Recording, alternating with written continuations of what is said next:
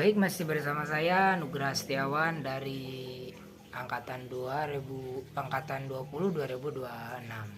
Pada kesempatan ini saya akan meresum tentang materi terakhir di agenda kedua, yakni terkait adaptif juga kolaboratif. Nah, ini materi terakhir dari agenda kedua yang memang juga cukup penting untuk kita pahami. Sikap adaptif ini bagi seorang ASN tentu harus melekat, di mana adaptasi diperlukan bagi setiap ASN, karena ASN itu kadang juga ada momen di mana naik jabatan terus dipindah kerjakan gitu ya, ataupun antar instansi nantinya. Nah, itu harus kita pahami bahwa seorang ASN dituntut harus punya sikap adaptif. Nah, adaptif itu sendiri kemampuan seseorang agar bisa beradaptasi atau menyesuaikan di lingkungan yang baru.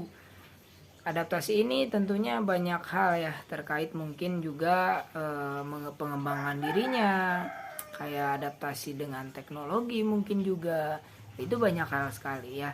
Dan karena memang zaman semakin maju, teknologi semakin juga berkembang. Nah, karena itu sebagai seorang ASN harus bisa beradaptasi dimanapun.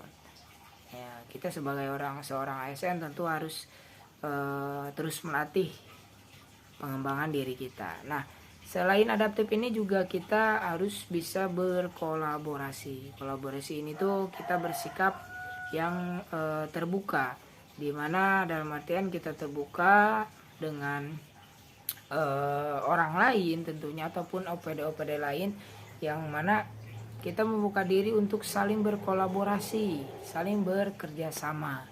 Nah, ketika terjalin suatu kerjasama yang baik, nah, kita tidak ada lagi nantinya miskomunikasi, karena kalau kurangnya kolaborasi, kurangnya komunikasi itu akan menimbulkan ego sektoral ataupun ego OPD sendiri-sendiri. Wah, itu tidak baik sekali, karena keterkaitan antar OPD itu penting, dan satu frame, satu pemahaman itu juga harus dijalin bersama, karena satu visi dan misi satu daerah itu saling terintegrasi. Nah, dengan menjalin kolaboratif ini tentunya antara ASN dimanapun berada dikaitkan dengan adaptif tadi tentu akan berkesinambungan, dan akhirnya akan menimbulkan